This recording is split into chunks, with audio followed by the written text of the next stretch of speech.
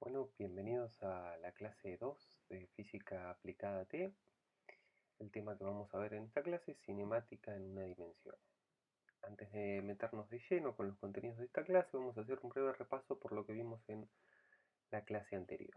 En la clase anterior vimos qué es lo que estudia la física, que intenta entender el comportamiento de la naturaleza. ¿Para qué nos sirve entender cómo funciona nuestro entorno físico? Nos sirve porque si nosotros entendemos cómo funciona un sistema, vamos a poder saber cómo va a evolucionar dicho sistema. Esto nos permite predecir. Si yo conozco las leyes que gobiernan un sistema y conozco el estado actual de un sistema, yo eventualmente podré predecir cuál va a ser un estado futuro de dicho sistema. Esto habíamos visto que nos permitía, en el caso de entender cómo funciona el movimiento planetario, nos permitía predecir eclipses, estaciones del año. Posteriormente a eso definimos las unidades, vimos que hay distintos sistemas de unidades y aprendimos a convertir las unidades de un sistema a otro. En esta clase nos vamos a abocar a la cinemática en una dimensión, quiere decir que todos los problemas que vamos a analizar en este caso se desarrollan a lo largo de una línea recta. En la clase que viene vamos a extender el razonamiento de lo que vamos a ver en esta clase a sistemas de dos dimensiones. Bien, ¿qué estudia la cinemática? La cinemática se ocupa de los conceptos necesarios para describir el movimiento, mientras que la dinámica se ocupa del efecto que las fuerzas ejercen sobre el movimiento. Juntas, la cinemática y la dinámica forman la rama de la física que se conoce como mecánica. Como dijimos anteriormente, en esta clase vamos a estudiar el movimiento de un cuerpo en una dimensión. Bien, para estudiar el movimiento de un cuerpo nos va a ser necesario definir ciertos conceptos que nos van a ayudar a estudiar, a cuantificar el movimiento de un cuerpo. El primero de los conceptos que vamos a ver es el concepto de posición. La posición de una partícula es la ubicación de ésta respecto a un punto de referencia elegido, el cual se considera el origen del sistema de referencia. ¿Qué es el sistema de referencia? Es desde donde yo estoy viendo el problema, ¿sí? En este caso lo tenemos marcado acá, tenemos un ejemplo, un auto que se está desplazando y está graficada la posición inicial y la posición final del automóvil. Por lo tanto, el vector posición, la posición es una magnitud vectorial que se mide en unidades de longitud y corresponde al lugar geométrico espacial que tiene un cuerpo en un instante dado. ¿Sí? Básicamente es el lugar que ocupa dentro del sistema de referencia que nosotros hemos elegido. Y acá tenemos graficado el vector posición inicial, el cual, como dijimos anteriormente, al ser un vector, básicamente la posición la dibujamos trazando dicho vector desde el origen del sistema de referencia, ¿sí? Hasta la posición, en este caso el vector posición inicial será hasta la posición inicial del auto, y también hemos dibujado el vector posición final desde el origen hasta la posición final del auto. Dichos cambios en la posición de un cuerpo a lo largo del tiempo lo podemos representar de distintas maneras. Vamos a considerar un auto avanzando y retrocediendo a lo largo de una recta como se ve en la figura de la izquierda. ¿Sí? Tenemos distintos puntos A, B, C hasta F, ¿sí? Y distintos instantes de tiempo. Dichos datos los hemos registrado acá en una tabla, es decir, en el instante inicial, en el tiempo cero, se encuentra en la posición 30 metros. En el instante B, a los 10 segundos, ¿sí? Se encuentra a los 52 metros, y así sucesivamente. Es decir, nosotros podríamos representar los datos en una tabla, pero resulta más conveniente por lo general representarlos en un gráfico de posición en función del tiempo. vamos a ver que a través del gráfico nosotros vamos a poder obtener más información. Bien, entonces en el gráfico de la derecha, como ven, están representados los puntos de la A al F en el gráfico posición en función del tiempo, es decir, el eje horizontal tenemos el tiempo expresado en segundos y en el eje vertical la posición expresada en metros. Bien, ¿qué otro concepto vamos a introducir? El concepto de desplazamiento. El desplazamiento de una partícula se define como el cambio en su posición en un intervalo dado de tiempo, es decir, en un instante dado el auto se encuentra en una posición y un instante posterior se encuentra en una posición final. ¿Sí?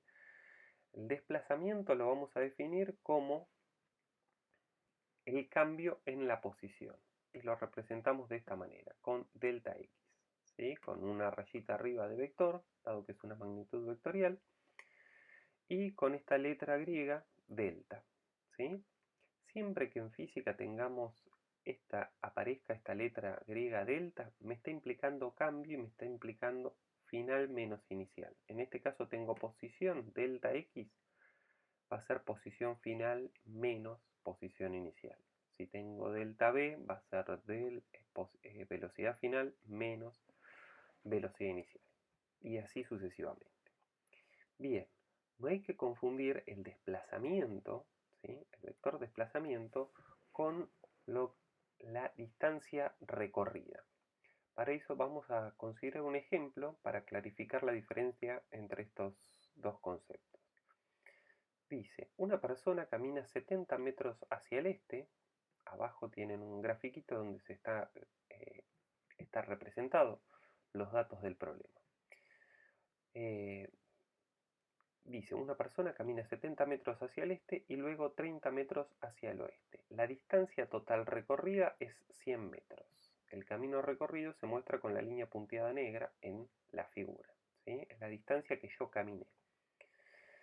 Sin embargo, el desplazamiento el cual se muestra con una flecha más gruesa, es de 40 metros hacia el este. ¿Sí? Porque si retomamos la definición de desplazamiento, ¿sí? Básicamente el desplazamiento es la posición final menos la posición inicial. Entonces, la posición inicial es 0 y la posición final es 40 metros. ¿Sí? Posición final menos posición inicial es ese vector representado en color celeste. Esa es la diferencia entre esos dos conceptos. Ahora bien, vamos a introducir otro concepto que nos va a ayudar a cuantificar el cambio en la posición en un dado intervalo de tiempo. ¿Sí? Este concepto no es otro que el de velocidad. Vamos a comenzar definiendo lo que se conoce como velocidad media, ¿sí?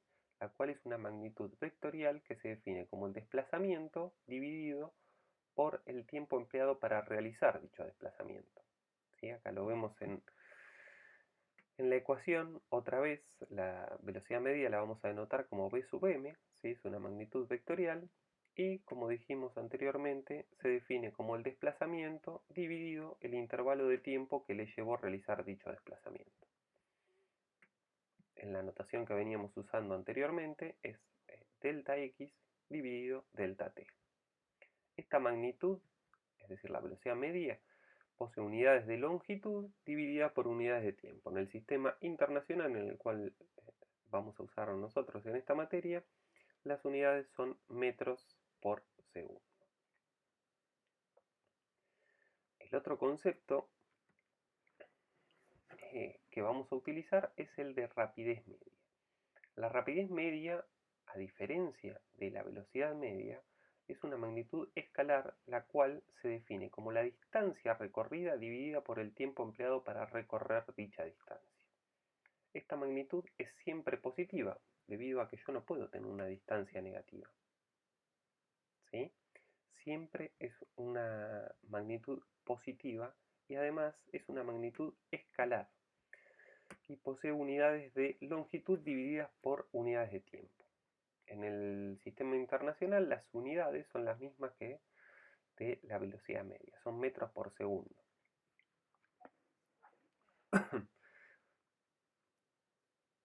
Bien, básicamente la rapidez media, ¿sí? Esto era lo que quería recalcar, la rapidez media es el módulo, ¿sí?, de la velocidad media. La velocidad media, al ser una magnitud vectorial, me está dando más información, porque me da información de dirección, mientras que la magnitud escalar, la rapidez media, solo me da la información de la magnitud. Vamos a clarificar esto con un ejemplito.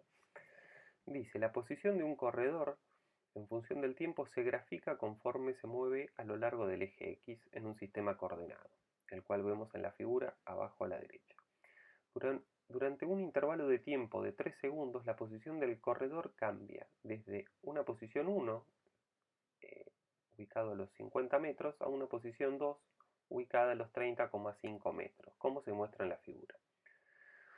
Determinar la velocidad media y la rapidez promedio del corredor. Bien, partiendo de la definición, la velocidad media la podemos expresar de la siguiente manera, como delta x sobre delta t, es decir, la variación en la posición en un dado intervalo de tiempo. Y esta es una magnitud vectorial. Siempre que teníamos delta es posición inicial menos posición final. Entonces el vector delta x lo tenemos graficado acá en esta dirección. La posición inicial es 50, la posición final es 30,5, la resta de esas dos magnitudes me da 19,5, dividido el intervalo de tiempo que le llevó realizar dicho desplazamiento, el cual es 3 segundos. ¿Sí? Por lo tanto, esto nos hace que la velocidad media sea menos 6,5 metros sobre segundo en la dirección X. ¿Sí?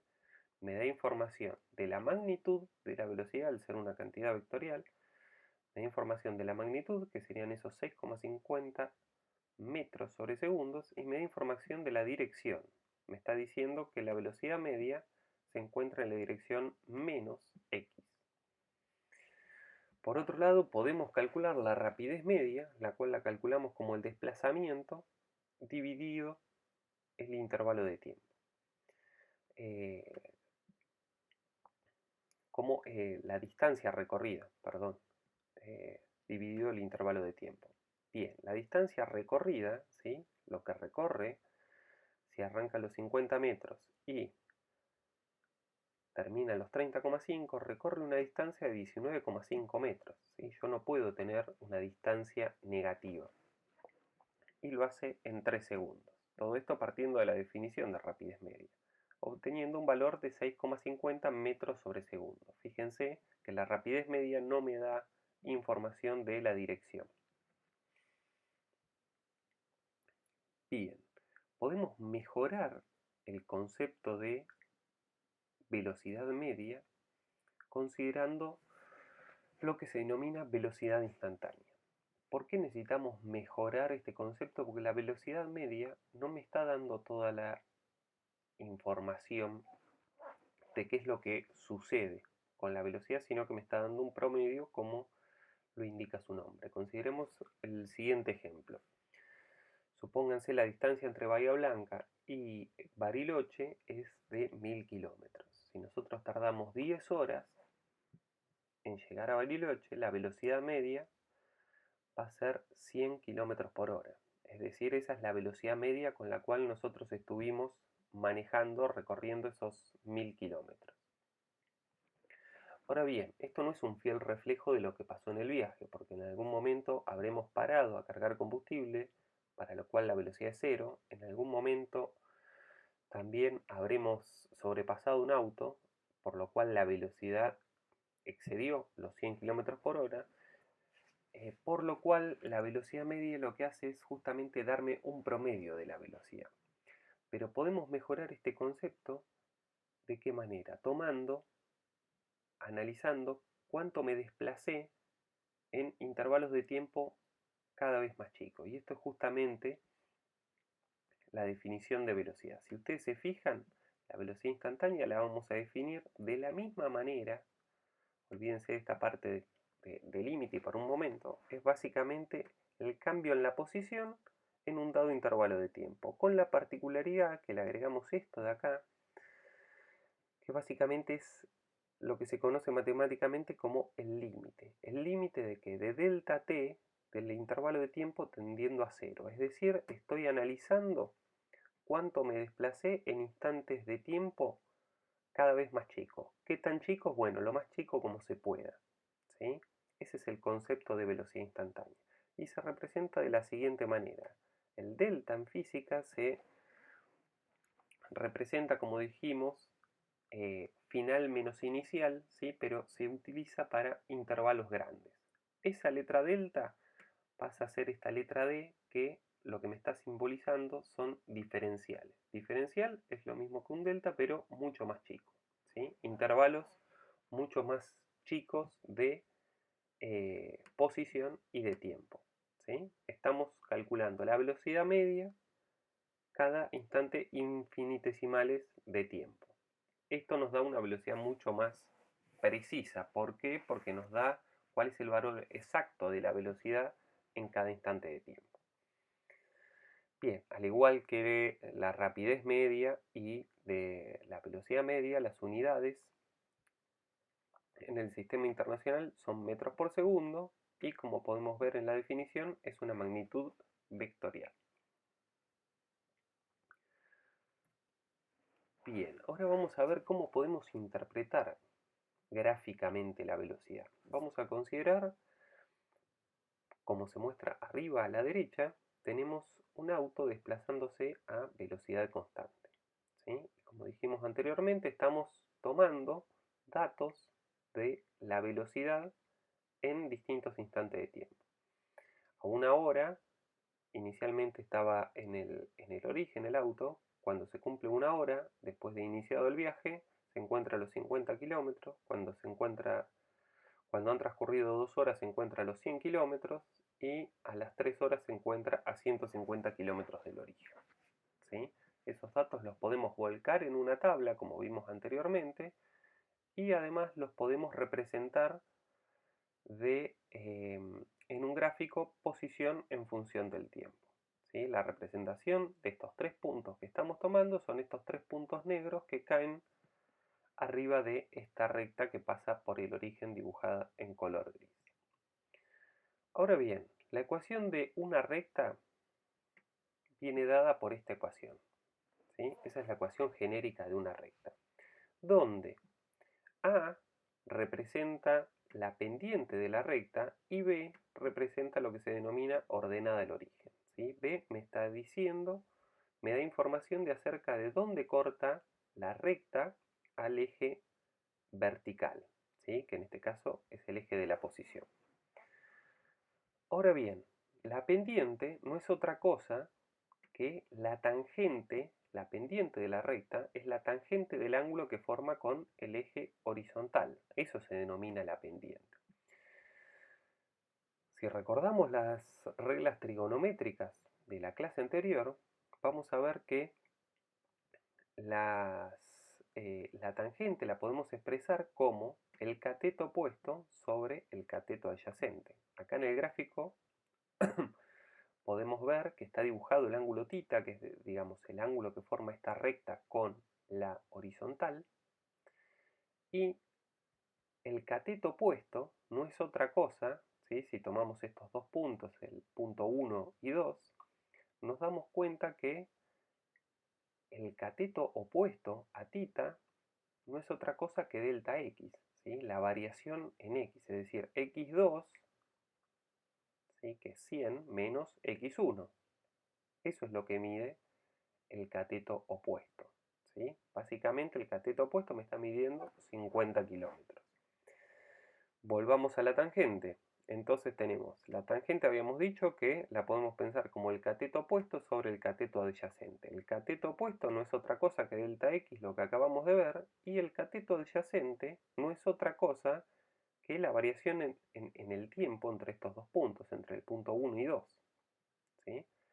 Entonces, básicamente el largo, ¿sí?, la magnitud del cateto adyacente no es otra cosa que delta t, en este caso va a ser t2 menos t1, y t2 son 2 horas, menos t1, que es 1 hora, básicamente delta t me da 1 hora. Ahora bien, entonces expresado de esta manera, vemos que la pendiente de la recta es básicamente la velocidad que definimos anteriormente. Para ser más precisos, como está definido en términos de delta, es la velocidad media. Entonces, ¿qué podemos concluir en base a este análisis? Que el valor numérico de la pendiente de la recta es igual a la magnitud de la velocidad. Y el signo de la pendiente da su dirección. ¿Sí? Nosotros en este caso tenemos una pendiente positiva. Una pendiente negativa estaría apuntando al cuarto cuadrante. Lo vamos a ver ahora más adelante. Pero bien, ese signo nos va a salir directamente con la pendiente de la recta. Si yo tengo una pendiente negativa, me indica que la dirección en la cual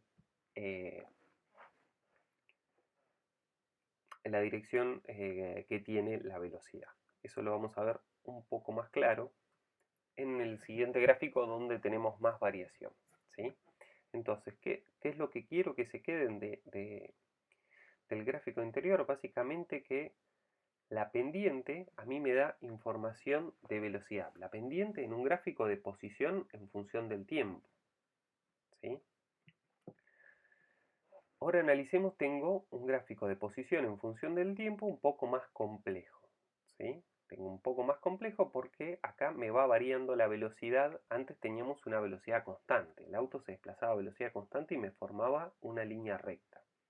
Ahora acá lo que tenemos es, no tengo velocidad constante en la posición. Pues si tuviera velocidad constante, yo ya sé que tengo que tener una recta en el gráfico de posición-tiempo. Ahora bien, la pendiente de la recta entre dos puntos es la velocidad media entre esos dos puntos, que era lo que habíamos de definición. Entonces supónganse, este es el primer punto, estoy en el punto T1, ¿sí? Y finalmente estoy en el punto T2, ¿sí? La pendiente de la recta entre los dos puntos es la velocidad media entre esos dos puntos, es decir, la velocidad media va a ser la pendiente de esta recta que me une el punto T1 con el punto T2. Y básicamente, ¿qué es la pendiente de esa recta? Y no es otra cosa que delta X, ¿sí?, sobre delta T. Pensémoslo, cateto opuesto sobre cateto adyacente. La pendiente de la recta es la tangente del ángulo que forma la recta con el eje horizontal, y vimos anteriormente que la tangente de ese ángulo la podemos expresar como delta X sobre delta T. Bien, entonces, la velocidad media es la pendiente de la recta que une el punto T1 con el punto T2. Para ser más preciso, el punto X1 T1 con el punto X2 T2.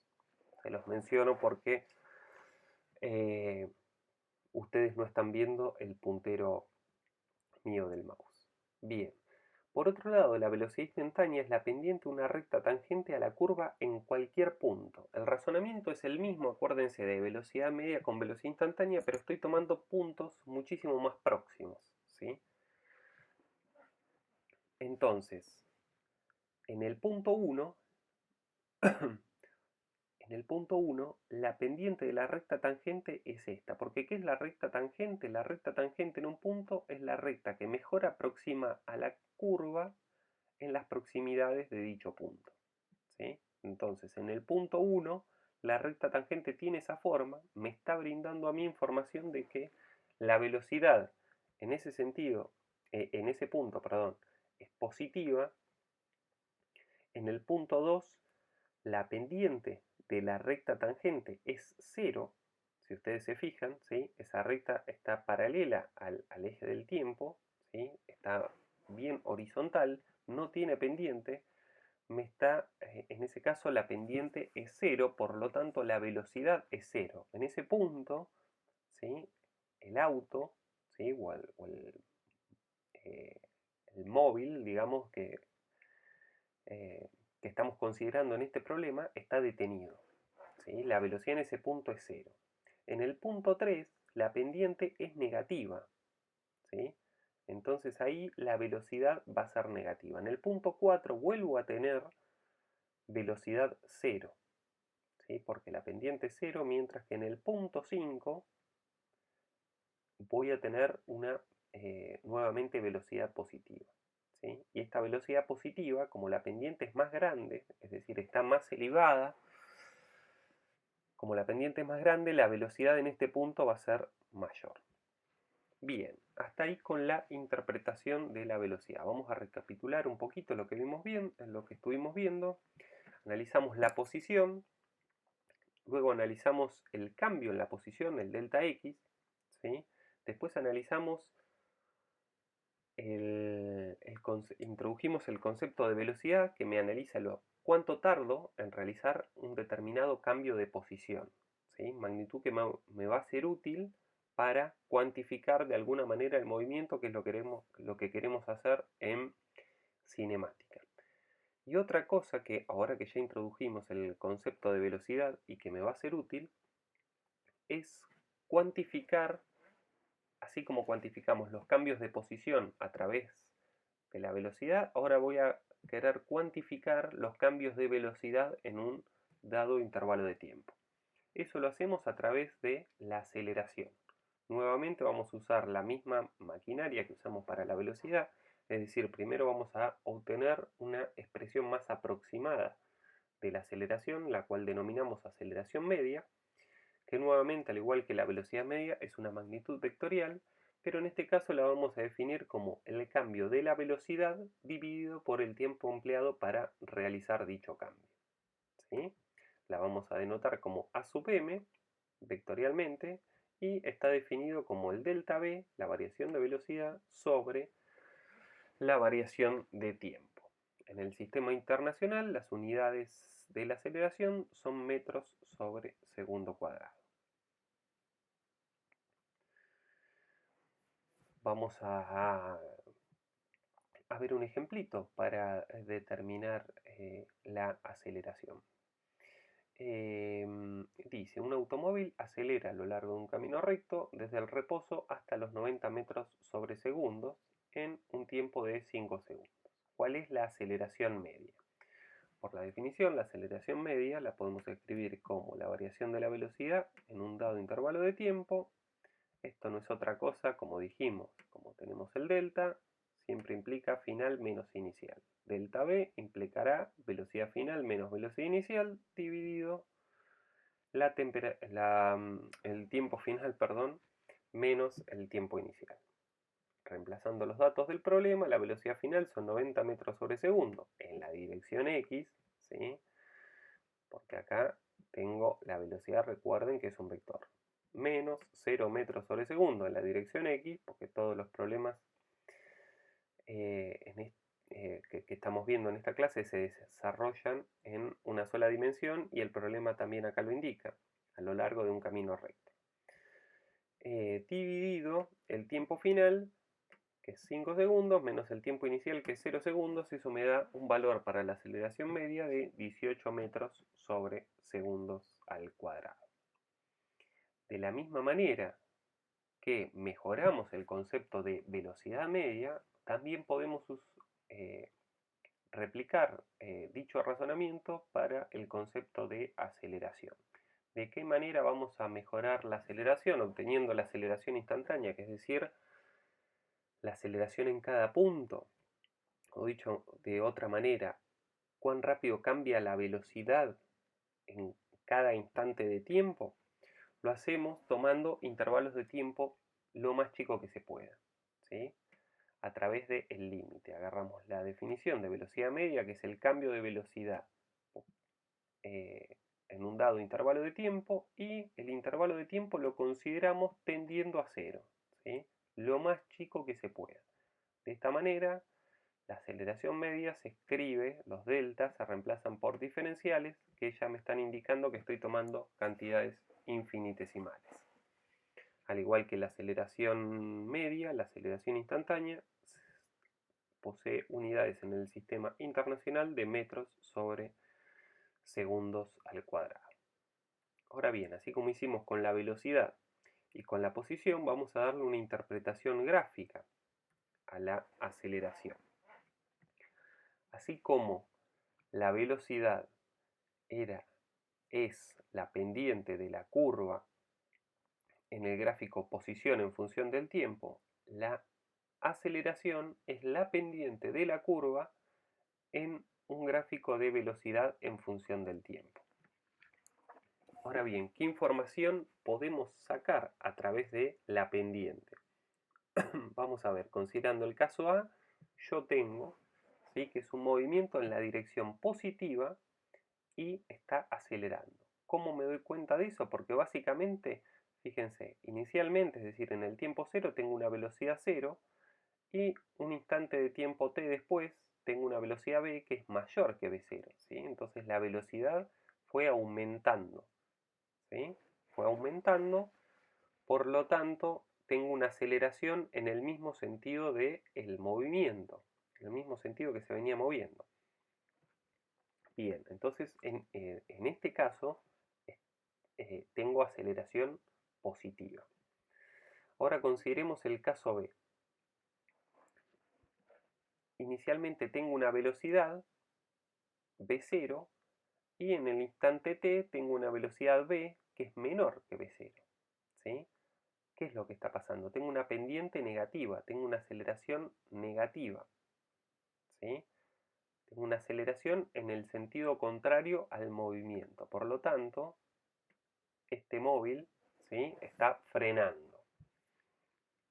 En el caso C, ¿qué es lo que tenemos? Tengo inicialmente una velocidad negativa v0 y un instante después tengo una velocidad, un instante t después, tengo una velocidad v que es más negativa, digamos es más grande con signo negativo, v.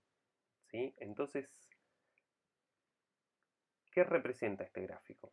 Básicamente lo que está representando es que el auto inicialmente se estaba moviendo hacia la parte negativa, ¿sí? Porque tenía una velocidad negativa, se me estaba moviendo la parte, tenía una velocidad en la parte negativa del eje X, se estaba moviendo hacia la parte negativa del eje X y acelera en esa dirección, ¿sí?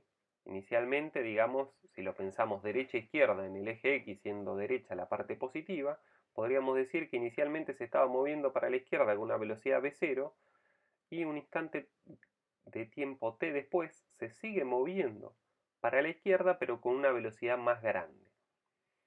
Bien, y finalmente en el gráfico D lo que podemos ver es que inicialmente tiene una velocidad v0, el móvil, y un instante de tiempo t después tiene una velocidad menos v. Es decir, paso de una velocidad positiva a una velocidad negativa. ¿Esto qué me implica?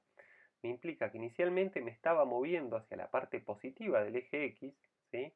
Y tiempo después me voy moviendo cada vez más despacio, cada vez más despacio, cada vez más despacio, hasta que freno. ¿Sí? Cuando pasa por el origen, esa recta, cuando pasa por el origen la velocidad es cero. Entonces, ¿qué es lo que fue pasando? El móvil se venía moviendo en la parte positiva, si quieren a la parte derecha del eje X, se mueve en esa dirección cada vez más despacio hasta que frena. Y una vez que frena, continúa su movimiento pero hacia la izquierda. Y va aumentando la velocidad hacia la izquierda hasta que llega a un valor v de velocidad, con dirección hacia la izquierda. Bien, hasta aquí con los conceptos que vamos a utilizar para definir y analizar el movimiento de un cuerpo. Vamos a tratar de cuantificar estas expresiones y las vamos a ordenar de una forma conveniente. Como aclaración en los problemas que vamos a ver en la materia, los que vamos a tratar, siempre será constante en los casos que vamos a considerar. siempre que tengamos aceleración, vamos a manejarnos con casos de aceleración constante, la cual, para diferenciarla de la aceleración, la voy a denotar como A sub 0, para indicar que es una constante. Ahora bien, ¿qué es lo que pasa con la velocidad? Como la aceleración es constante, la aceleración media y la aceleración instantánea van a ser iguales, ¿sí? Combinando ambas definiciones, tenemos lo siguiente. La aceleración dijimos que va a ser constante, y al ser constante, el valor medio de algo que es constante es el mismo valor. Por lo tanto, A sub 0 va a ser igual a la aceleración media, y a su vez va a ser igual a la aceleración, y la aceleración media la habíamos definido como delta V sobre delta T. ¿Sí? Esto de manera desarrollada va a ser la velocidad menos la velocidad inicial y el tiempo menos el tiempo inicial. Si reacomodamos un poquito esta ecuación y paso el t menos t0 multiplicando a este valor de a sub 0, podemos reacomodar la ecuación de la siguiente manera. Me queda b menos b0 multiplicado por a sub 0 por t menos t0. Y obtenemos la siguiente ecuación. Velocidad la podemos expresar como a sub 0 por t menos t0 más la velocidad inicial. ¿Sí? ¿Por qué me es útil esta ecuación y por qué me va a servir?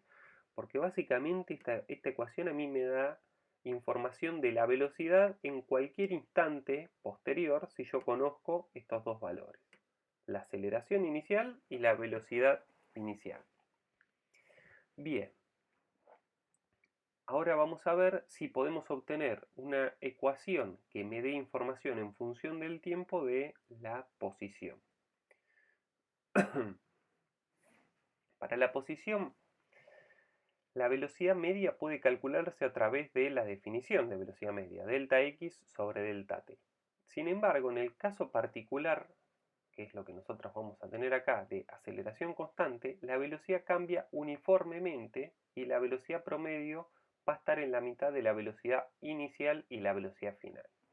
Es decir, nosotros, al considerar aceleración constante, siempre vamos a tener gráficos de la velocidad que van a ser líneas rectas, ¿sí? Porque no tengo cambios de aceleración.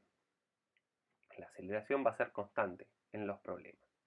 Entonces, fijémonos qué relación hay entre la velocidad media y la velocidad para los casos de aceleración constante. Para eso consideremos el siguiente gráfico donde hemos graficado, tenemos distintos valores de velocidad. Inicialmente tengo que la velocidad en el tiempo igual a 0 vale 10 metros sobre segundo, a los 5 segundos 20, a los 10 segundos 30, a los 15 segundos 40 y a los 20 50. Si yo hago el promedio de esa velocidad, el promedio me da 30 metros sobre segundo. ¿Sí? Que básicamente, ¿cómo estoy expresando eso? Esto es lo mismo, lo que está diciendo acá en el texto es que la velocidad media, al ser un caso de velocidad constante, la puedo expresar como la velocidad final más la velocidad inicial dividido 2. En este caso, la velocidad inicial es de 10 metros sobre segundo más la velocidad final, que es de 50 metros sobre segundo, dividido 2, me da 30, que es el valor de la velocidad promedio.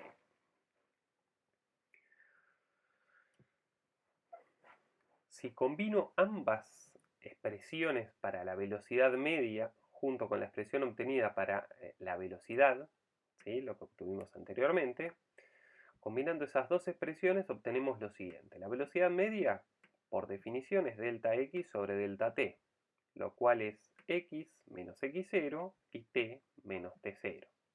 ¿Sí? Ahora bien, a su vez la velocidad media, lo que acabamos de ver en la filmina anterior, la podemos expresar como la velocidad inicial más la velocidad en el instante final dividido 2. Y a su vez la velocidad b la puedo expresar a través de la ecuación que encontramos anteriormente. ¿Sí? La puedo expresar como a sub 0 por t menos t0 más la velocidad inicial. Entonces, reemplazando esta b de acá por esta última b de acá, por la expresión esta que tengo entre paréntesis, me termina quedando el siguiente numerador. Dividido 2.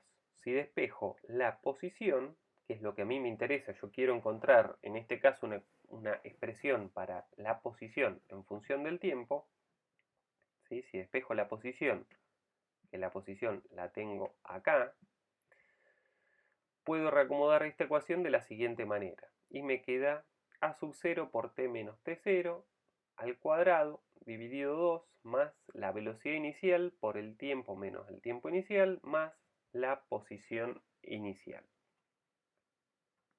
Esto se los resumo en la siguiente filmina, son las ecuaciones, lo que se conoce como ecuaciones cinemáticas, que son lo que nos va a ayudar a nosotros a resolver los problemas y a entender el funcionamiento del sistema. ¿Por qué son importantes? Porque como les marcaba antes, a mí me da, conociendo simplemente lo que yo tengo que conocer es la aceleración inicial, la velocidad inicial y la posición inicial. Conociendo esos tres valores, yo voy a poder saber cualquier valor de posición, velocidad o aceleración del sistema en cualquier instante de tiempo. Si yo conozco esos tres valores, la posición inicial, la aceleración inicial, esos dos valores, perdón, la velocidad, tres valores, posición inicial, velocidad inicial y aceleración inicial, yo voy a poder saber qué posición, velocidad y aceleración va a tener el sistema en cualquier instante de tiempo. Y por último, para el caso unidimensional, les dejo otra expresión que por ahí les puede llegar a ser útil, la cual se obtiene combinando las ecuaciones 2 y 3, ¿sí? Y despejando el tiempo de ellas. Lo que se obtiene es una ecuación de la velocidad en función de la posición, ¿sí? E independiente del tiempo. Bien, vamos a ver un ejemplito, digamos, donde vamos a poder aplicar las ecuaciones que acabamos de deducir. El ejemplo dice, una nave espacial viaja con una velocidad de 3250 metros sobre segundo en la dirección positiva del eje, llamémoslo X. Súbitamente se encienden los cohetes retropropulsores y la nave espacial comienza a disminuir su rapidez con una aceleración cuya magnitud es de 10 metros sobre segundo cuadrado. ¿Cuál es la velocidad de la nave espacial cuando su desplazamiento es de 215 kilómetros desde que se encendieron los motores? Bien, como primera medida para resolver los problemas lo que tenemos que hacer es registrar los datos que nos está dando el problema. En este caso me está diciendo que me está proporcionando el dato de aceleración, ¿sí? Y ese dato de aceleración me dice que la magnitud es de 10 metros sobre segundo cuadrado. Pero ¿de qué me tengo que dar cuenta yo acá? Que me está dando el dato de que comienza a disminuir su rapidez. ¿Sí? La rapidez inicialmente se estaba moviendo a 3250 metros sobre segundo en la dirección positiva del eje X. Si comienza a disminuir la rapidez, quiere decir que la aceleración está aplicada en sentido contrario, ¿sí? Al sentido que se está moviendo, porque si no, la velocidad debería aumentar. Bien, entonces, combinando el dato de la magnitud de la aceleración con el dato de que disminuye su rapidez, yo ahí deduzco que la aceleración es negativa en la dirección X. Y la magnitud me la daba directamente como dato, estos 10 metros sobre segundo cuadrado. Por otro lado, sé que la velocidad inicial me la está dando es de 3250 metros por segundo y me pide la velocidad de la nave cuando el desplazamiento es de 215 kilómetros. ¿Sí? El desplazamiento básicamente es la posición final menos la posición inicial. Voy a tomar la posición inicial como 0, ¿sí? El origen de mi sistema de coordenadas lo voy a ubicar en la posición inicial de la nave, por simplicidad, nada más, uno tiene libertad para ubicarlo donde quiera. Entonces, de esa manera, x menos x0 me queda la posición final, que es 215 kilómetros menos 0, es decir, 215 kilómetros. Pero bien, como el resto de las unidades las tengo expresadas en metros, esta magnitud, para unificarla, me conviene a mí expresarla en metros, no dejarla en 215 kilómetros. Convirtiendo 215 kilómetros a metros, esto me pasa a ser 215.000 metros en la dirección X para el desplazamiento. Bien, dijimos, elijo el origen del sistema de referencia y del tiempo. El sistema de referencia lo ubiqué en la posición inicial de la nave de manera tal de que el tiempo cero, la posición cero, coincida con la posición inicial de la nave. El tiempo inicial lo elegí como cero, es decir, prendí el cronómetro cuando la nave pasaba por la posición inicial, también por simplicidad. Y bien, todo el problema se desarrolla en una sola coordenada que es la dirección X. Vamos a ver distintos métodos, digamos, todos los métodos son válidos, ustedes encuentren el que más les convenza a ustedes. En física no hay una sola forma de llegar, siempre y cuando el procedimiento sea válido, ¿sí? No hay una sola forma de llegar al resultado. Si utilizamos las ecuaciones 3 y 2, considerando 3 y 2 de las ecuaciones cinemáticas que acabamos de definir, considerando el origen del sistema de referencia y tiempo y que todo el movimiento se desarrolla en la coordenada X, se reducen a, es decir, aplicando a las ecuaciones 3 y 2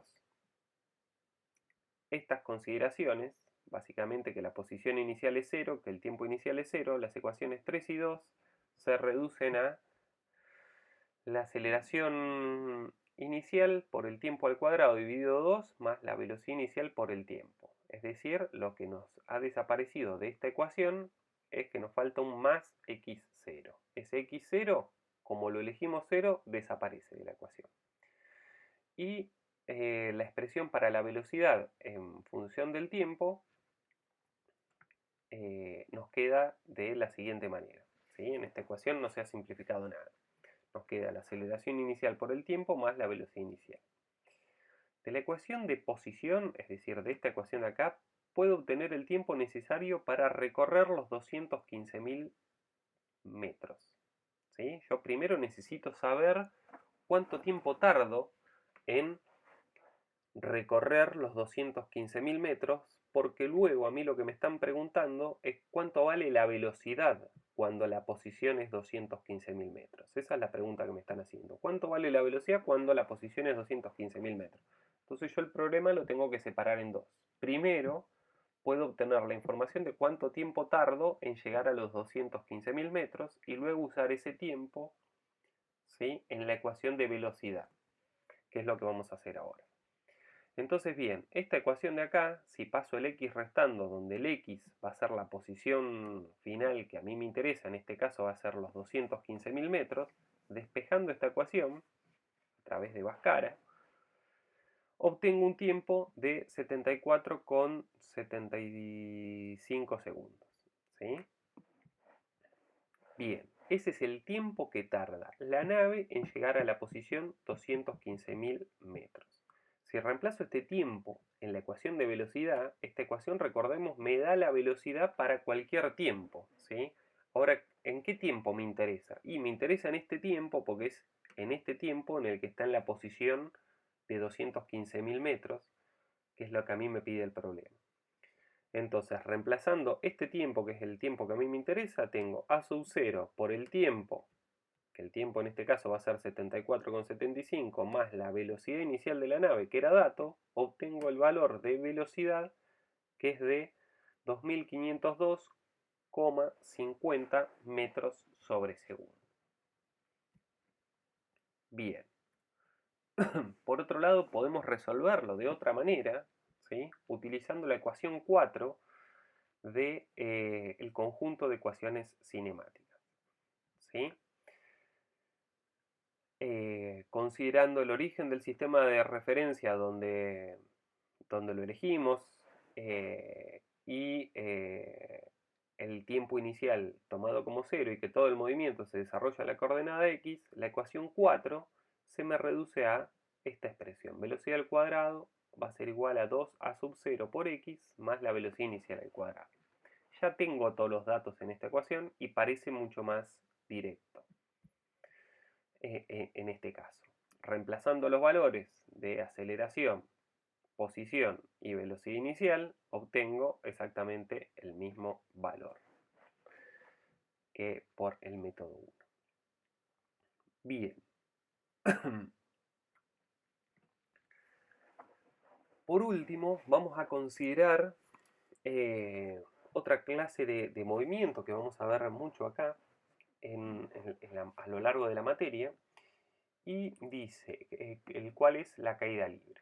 Y dice, en ausencia de la resistencia al aire, todos los cuerpos en un mismo lugar de la Tierra caen verticalmente con la misma aceleración. Si la distancia de caída es pequeña en relación al radio de la Tierra, entonces la aceleración permanece constante durante el descenso. Este movimiento ideal se denomina caída libre y la aceleración que adquiere es la llamada aceleración de la gravedad. Es decir, un cuerpo en caída libre va a estar acelerado, va a tener la aceleración de la gravedad, la cual vamos a utilizar en esta materia con el valor de 9,81 metros sobre segundo cuadrado. Van a ver que por ahí en los libros dan valores cercanos por una cuestión de redondeo. En algunos utilizan el valor 10, en otros el valor 9,8. En esta materia vamos a utilizar este valor. Esto de los cuerpos en caída libre, digamos, en la Tierra, es una aproximación, porque si uno, por ejemplo, en la Tierra hace el siguiente experimento, agarra una hoja de papel, ¿sí? Agarra 2 hojas de papel y uno la abolla, ¿sí? Lo que vemos es que la hoja abollada va a caer más rápido que la hoja sin abollar. En cambio, si nosotros hacemos vacío en el tubo, lo que vemos, lo que veríamos, es que las 2 hojas caen igual. Esto es producto porque en la Tierra hay aire, ¿sí? Y ese aire me hace una fuerza de rozamiento, digamos, que depende de la superficie. Entonces, al tener más superficie, digamos, el papel sin arrugar, va a caer más lento, me lo va frenando, me frena la caída. Nosotros vamos a considerar, a menos que se indique lo contrario en algún problema, que en todos los problemas se desarrollan como si estuviéramos en el vacío, ¿sí? No tenemos en cuenta, por ahora, ese rozamiento con el aire, ¿sí? Para nosotros los cuerpos se van a comportar como si estuvieran en el vacío. Y este mismo experimento lo realizaron en la misión Apolo 15 en el año 71 en la Luna. La Luna tiene una atmósfera muchísimo menos densa que la atmósfera que hay en la Tierra. Entonces prácticamente estamos en condiciones de vacío. Y realizaron este experimento en el cual tiraron una pluma junto con un martillo, y se puede ver el video si lo quieren buscar en YouTube. Se puede ver el video de la transmisión donde los cuerpos caen de manera simultánea. Bien, teniendo en cuenta esa aproximación que vamos a usar, vamos a ver un ejemplito, ¿sí? Donde vamos a implementar dicho concepto. Dice, una piedra se deja caer desde el techo de un edificio, luego de 3 segundos de caída libre. ¿Cuál es la posición de la piedra respecto del techo? Y cuánto se desplazó la piedra. Bien, entonces el primer análisis que hacemos es que todo el problema se desarrolla en la coordenada y, a la cual yo voy a llamar y. ¿Sí? La posición inicial yo elegí que sea a los 0 metros. ¿Qué es lo que estoy diciendo con eso? La pelota se está dejando caer desde la terraza de un edificio. Por lo tanto, si para mí la posición inicial es 0 metros, ¿sí? Quiere decir que yo el origen de coordenadas el origen del sistema de referencia lo estoy poniendo en el techo, ¿sí? Para mí ahí va a estar el 0. Bien. El tiempo inicial, el tiempo lo voy a empezar a contar ni bien parte la pelota, por lo tanto, el tiempo inicial para mí va a ser 0, y si el tiempo inicial es 0, el tiempo final es 3 segundos, ¿sí? Porque me dice luego de 3 segundos. La velocidad inicial de la pelota es 0.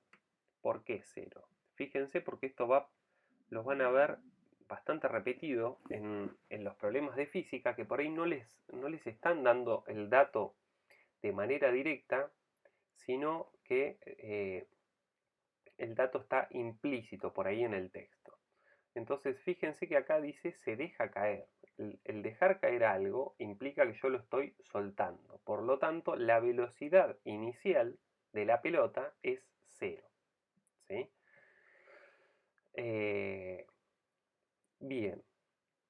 Y la aceleración no me la están dando, ¿sí? No me la están dando directamente, pero nosotros sabemos que cuando yo suelto un cuerpo desde el techo y si estamos en condición de caída libre, digamos, es que no hay nada que me lo frene, la aceleración que va a tener el cuerpo no es otra que la aceleración de la gravedad, que tiene un valor de 9,81 metros sobre segundo cuadrado. Ahora bien, de la manera en que yo puse los ejes, yo puse el 0 acá y la parte positiva es hacia arriba y la parte negativa es hacia abajo. La aceleración de la gravedad apunta hacia abajo, por lo tanto es negativa, ¿sí? Entonces tiene un valor de menos 9,81 metros sobre segundo cuadrado. Lo que estoy diciendo ahí es que la aceleración me está apuntando hacia la parte negativa del eje Y. Bien. Pregunta: ¿cuál es la posición de la piedra respecto del techo a los 3 segundos? Entonces, ahí tenemos que volver a las ecuaciones cinemáticas y la ecuación 3 con los datos del problema, ¿sí? Con estos datos y consideraciones que hemos tomado, la ecuación 3 se reduce a lo siguiente: a sub 0 por t menos t0 al cuadrado. Acá tenemos la ecuación 3 completa, ¿sí? Y se reduce, dado que la velocidad inicial es igual a 0 y la posición inicial es igual a 0, todos estos términos de la ecuación me desaparecen. Y también me va a desaparecer este término acá porque el tiempo inicial lo considero 0. Entonces la ecuación 3 de las ecuaciones cinemáticas se me reduce a esta ecuación de acá: a sub 0 por t al cuadrado dividido 2.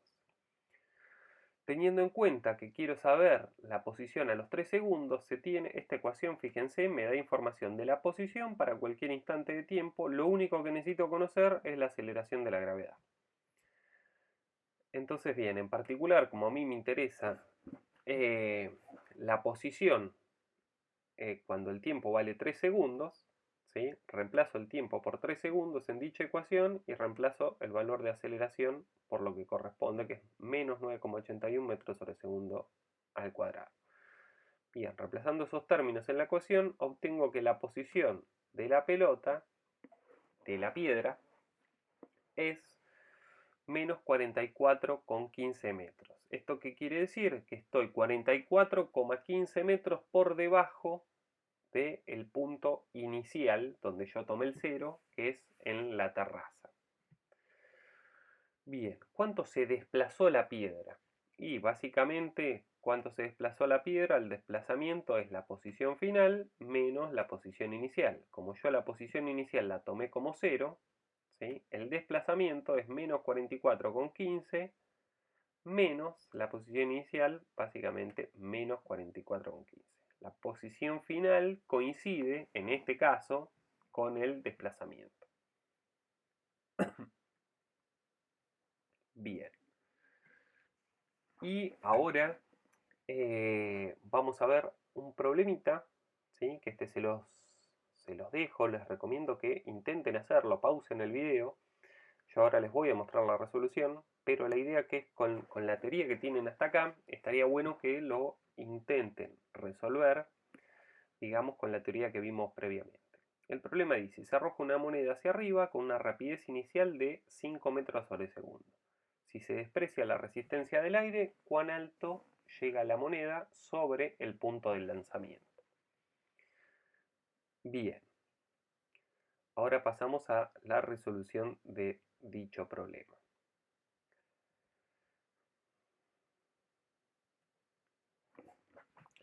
¿Qué es lo que hacemos para resolver este problema? Lo primero que hacemos es ubicar el sistema de coordenadas. En este caso, el origen lo vamos a situar en la posición inicial de la moneda, es decir, donde está la mano. Todo el problema se desarrolla en la coordenada Y. Identificamos los datos que nos proporciona el problema. La posición inicial, dado que el sistema de referencia lo ubicamos la posición inicial de la moneda, la posición inicial va a ser 0 metros. La velocidad inicial es la velocidad con que se arroja la moneda, que también me lo proporciona el problema, 5 metros sobre segundo.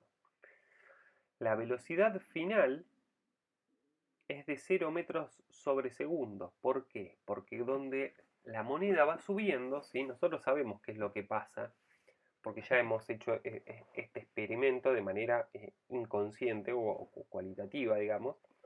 Sabemos que una vez arrojada la moneda, va a ir disminuyendo su velocidad, producto de que tiene una aceleración en la dirección negativa del eje Y, la aceleración debido a la gravedad, va cambiando su velocidad y va ascendiendo de manera cada vez más lenta, es decir, la velocidad va disminuyendo, va disminuyendo, va disminuyendo, hasta que es en el punto más alto de la trayectoria, dicha velocidad va a tener un valor 0. ¿Sí?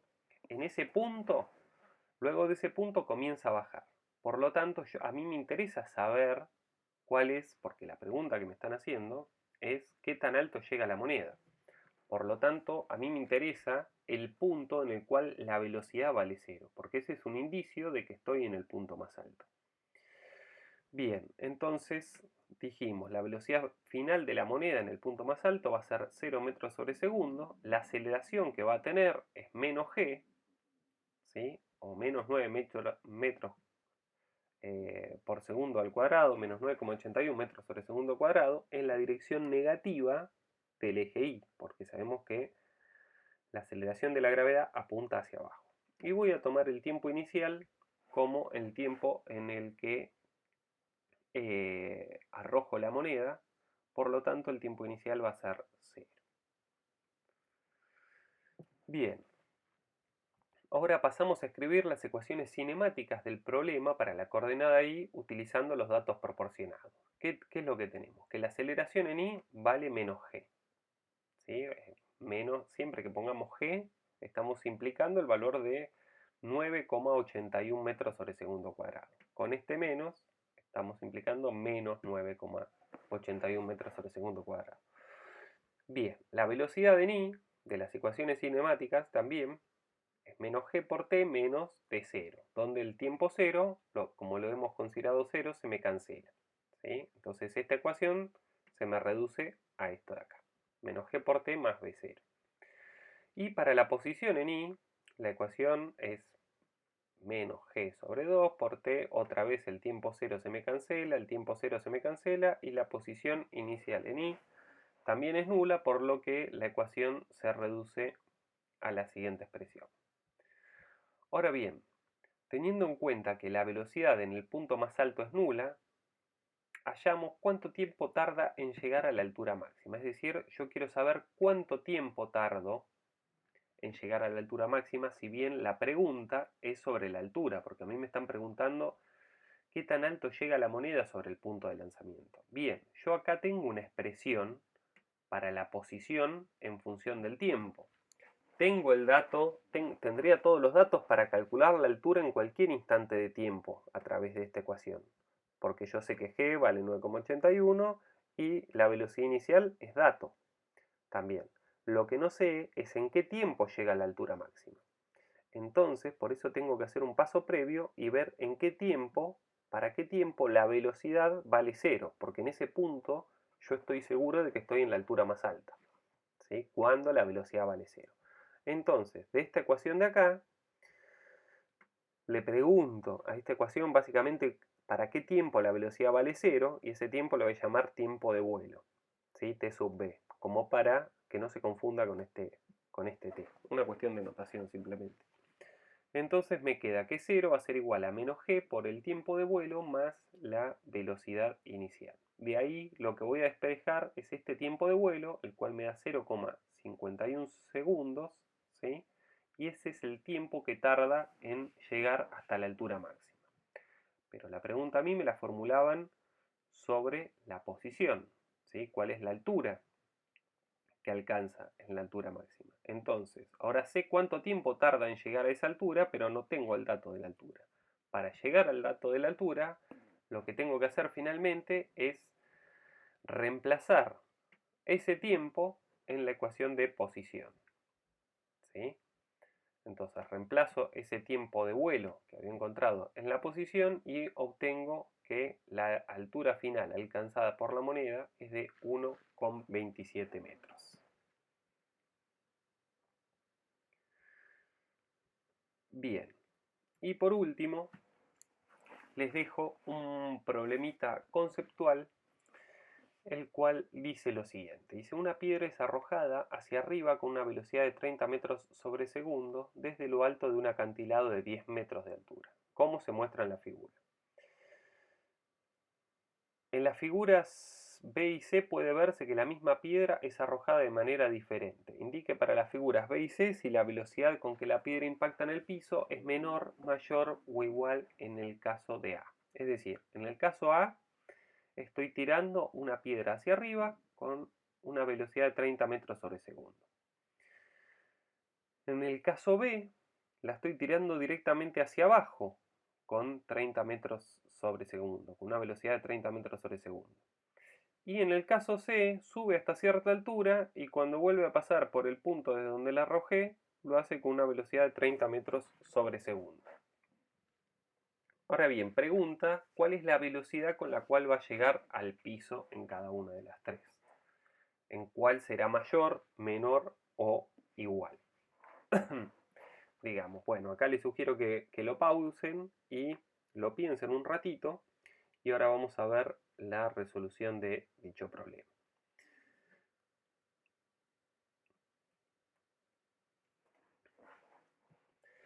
Bien, vamos a comenzar analizando la figura A. La aceleración de la piedra durante todo el recorrido de la piedra es la aceleración de la gravedad y tiene dirección hacia el suelo, como ya vimos anteriormente, hacia abajo, ¿sí? Es decir, la piedra sale desde el borde del acantilado con una velocidad de 30 metros sobre segundo, la gravedad siempre está actuando hacia abajo, la aceleración de la gravedad. Por lo tanto, en la primera parte del tramo, lo que va a hacer es frenarme la piedra, ¿sí? Como tengo aceleración en el sentido contrario al que se está moviendo, me está frenando la piedra. Entonces, la velocidad con que la piedra sube va a ser cada vez menor, hasta llegar a un punto de velocidad cero en la altura máxima. A partir de ese punto, la aceleración, la piedra se comienza a moverse hacia abajo, ¿sí? Y la aceleración de la gravedad también la tengo hacia abajo. Entonces tengo aceleración en la misma dirección que la velocidad, ¿sí? Que el desplazamiento. Entonces, ¿qué es lo que ocurre? Que la velocidad comienza a aumentar. ¿Qué es lo que está pasando? Si en el instante inicial tengo 0 y tengo aceleración hacia abajo, la piedra se me comienza a mover hacia abajo y la velocidad va aumentando. ¿Por qué aumenta la velocidad? Porque tengo la aceleración en el mismo sentido del movimiento. Entonces va ganando cada vez más velocidad. Ahora bien, si analizamos esto, el tiempo que tarda en subir es el mismo tiempo que tarda en bajar. Como la aceleración, que básicamente la aceleración es una medida de cuánto cambia la velocidad por instante de tiempo. Podemos hacer el siguiente análisis. Lo que tarda en subir es lo mismo que tarda en bajar. Por lo tanto, ¿durante cuánto tiempo estuvo actuando la aceleración de la gravedad hasta que la piedra se frenó? Durante un tiempo t1. ¿Sí? Me lo frenó desde 30 metros sobre segundo, exactamente, sí, me lo frenó. Inicialmente tenía 30 metros sobre segundo y le llevó un tiempo t1 a hacer que la piedra tenga un valor 0 de velocidad. Ahora bien, tengo que cuando pase exactamente por el mismo punto, ¿sí? El tiempo que tuvo la gravedad para actuar sobre la piedra va a ser exactamente el mismo tiempo que subió. Tardó un tiempo t1 en subir y tardó un tiempo 1 en bajar y pasar por la misma posición. ¿Sí? Por lo tanto, cuando pase por este punto, la velocidad también va a ser de 30 metros sobre segundo pero en este caso hacia abajo. ¿Sí? Porque tenemos la aceleración de la gravedad actuando durante la misma cantidad de tiempo que en la primera parte del trayecto. ¿Sí? Bien. Entonces, esta figura es equivalente a esta y es equivalente a esta. En los tres casos sucede lo mismo. Estos tres problemas son equivalentes. Es lo mismo tirar la piedra hacia arriba. ¿Por qué? Porque un tiempo después, cuando pase por el mismo punto, lo va a hacer con la misma velocidad hacia abajo y es lo mismo tirarla directamente hacia abajo, la piedra. Por lo tanto, las tres condiciones iniciales son equivalentes, por lo tanto va a llegar al suelo con la misma velocidad en los tres casos. Bien, bueno, hasta acá llegamos con la clase 2. Los espero la próxima clase para analizar estos mismos conceptos, pero en casos bidimensionales con la cinemática en 2 dimensiones. Hasta luego.